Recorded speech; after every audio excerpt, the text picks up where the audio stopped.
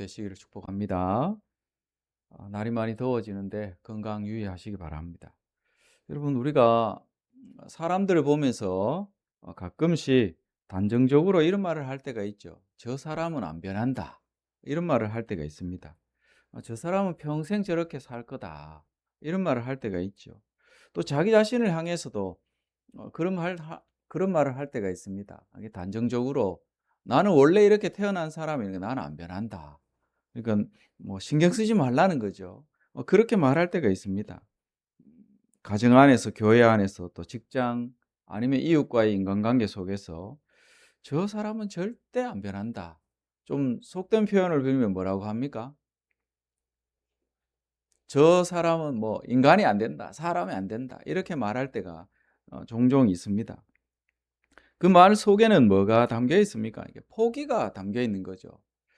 그런데 본문은, 그러니까 본문뿐만 아니라 성경 전체를 봤을 때 우리에게 분명한 메시지가 있습니다. 그렇지 않다는 거죠. 하나님이 역사하시면 사람은 변할 수 있다는 것입니다.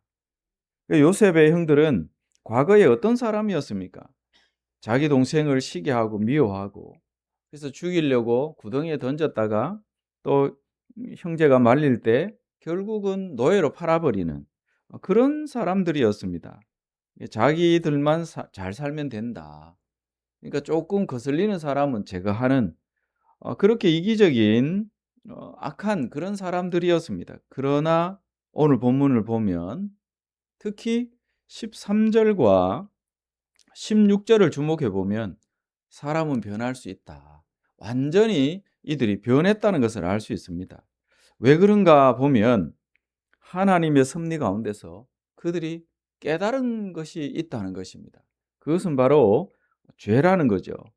하나님의 섭리 가운데 죄를 직면하고 깨닫고 이제 회개하는 자리로 나아가니까 이렇게 사람이 변한다는 거죠. 그래서 본문 통해서 오늘 우리가 하나님께서 사람을 어떻게 변화시키시는가, 여기에 좀 초점을 맞추고, 그리고 우리가 얻는 이 교훈들이 분명히 있는데 그것을 우리 삶에 어떻게 적용할 것인가 묵상하면서 은혜를 나누고자 합니다. 하나님은 사람을 변화시키실 때 어떻게 변화시키십니까?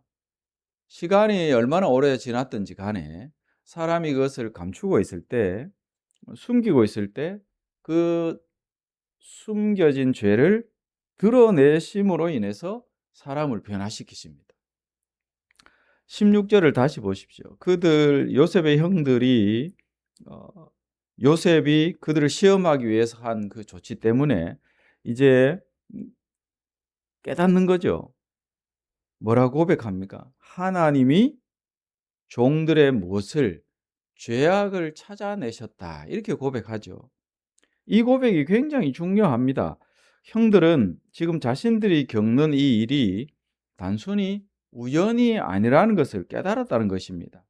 20년 전에 자기 형제 요셉에게 행했던 그 죄, 이 죄가 그들은 꽁꽁 숨겨 두었을 것입니다. 아버지도 속였습니다.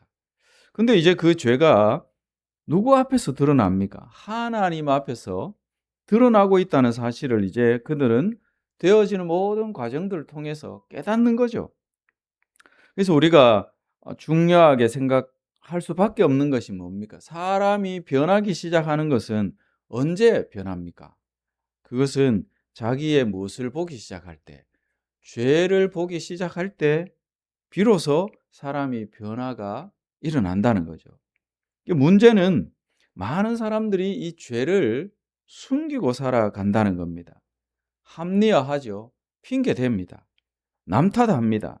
그러나 하나님은 사랑하는 자들 그냥 버려두지 않으십니다. 변화시키십니다. 숨겨진 죄를 드러내심으로 인해서. 그래서 하나님은 우리의 숨겨진 죄를 그대로 드러내시고 직면하게 하신다는 거죠. 그 이유는 망하게 하려는 것이 아니라 살리기 위하심입니다. 변화시키시기 위해서 그렇게 하신다는 거죠. 요셉의 형들은 지금 자기들의 죄를 인정하고 있다는 것입니다. 우리가 과거에 잘못했기 때문에 하나님이 이렇게 하신다. 그래서 하나님이 종들의 죄악을 찾아내셨으니 이렇게 고백하고 있는 거죠. 이것이 변화의 시작입니다. 그래서 혹시 하나님께서 저와 여러분을 향해서도 이렇게 역사하고 계시는지 잘 돌아봐야 합니다. 나의 어떤 문제를 통해서 내 모습을 보게 하시고 있다면 내 안에 하나님이 변화의 역사, 변화의 그 우리 개인의 어떤 삶에 있어서 변화를 일으키시고자 하시는 하나님의 손길이 나에게 향해 있다. 그렇게 봐야 하는 거죠.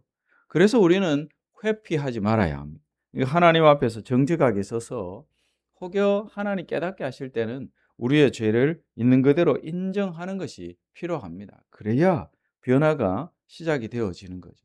또 하나님은 사람을 변화시키실 때 이제 그 모든 과정들을 통해서 자기만 알던 이기적인 그런 사람을 이제는 책임지는, 이 요셉의 형들을 보면 연대 책임을 지는 사람으로 변화시키신다는 거죠.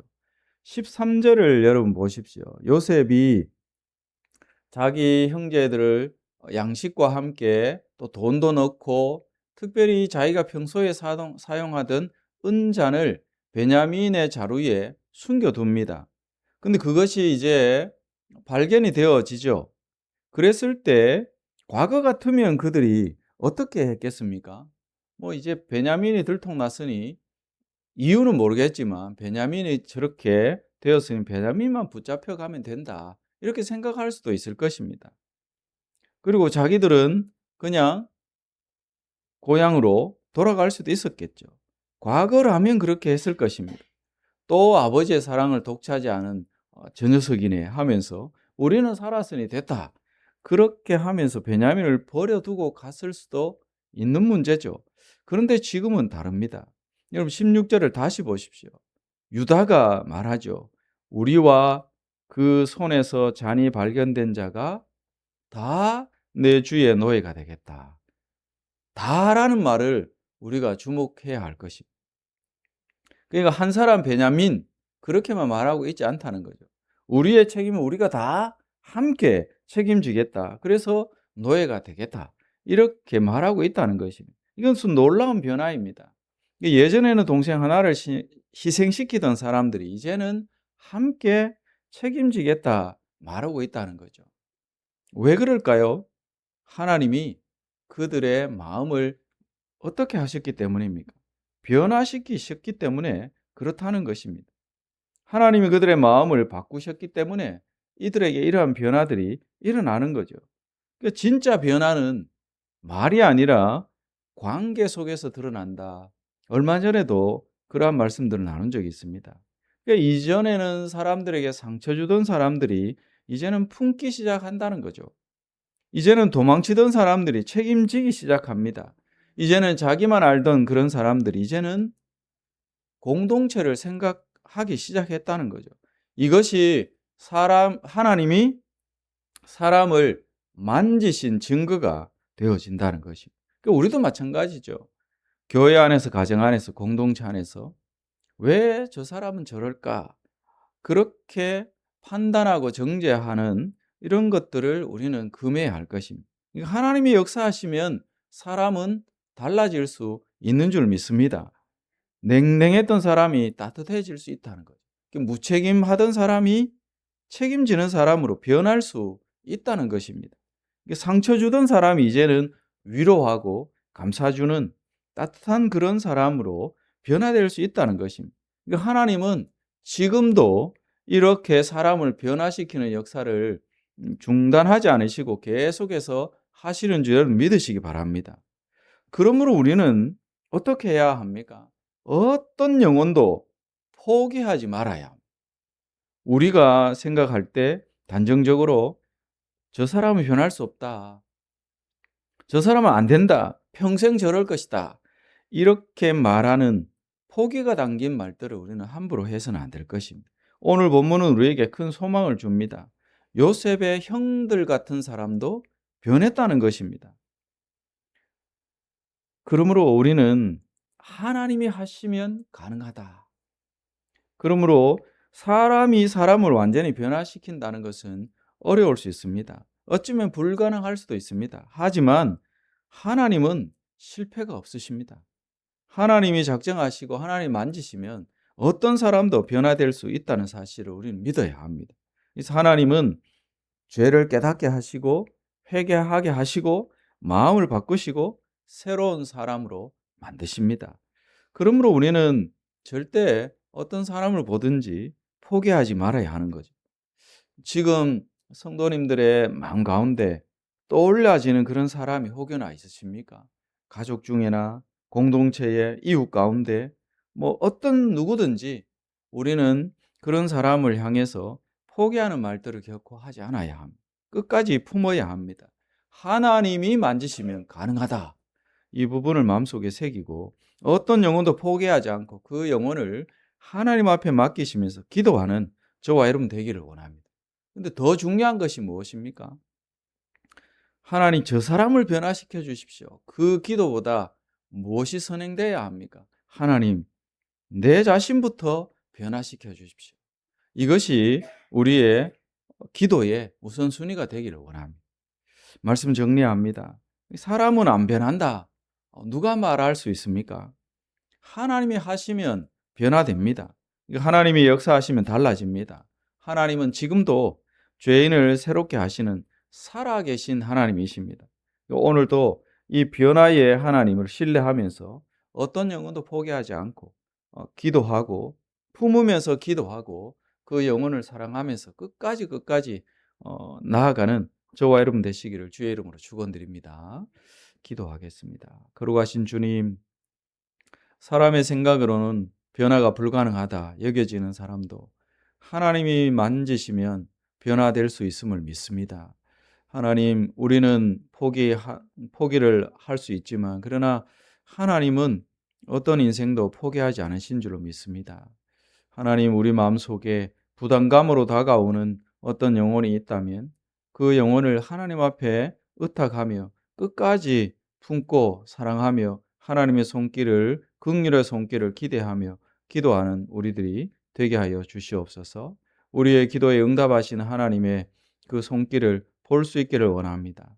하나님, 우리를 사용하시고 우리 주변에 있는 모든 자들 변화로 하나님 앞에 나와 영광 돌리는 그런 인생이 될 수 있도록 하나님, 그런 일에 또 우리가 도구로 쓰시기를 원하신다면 우리를 사용하여 주시옵소서. 오늘 하루도 동행해 주실 줄 기대하오며 예수 그리스도의 이름으로 기도드립니다. 아멘.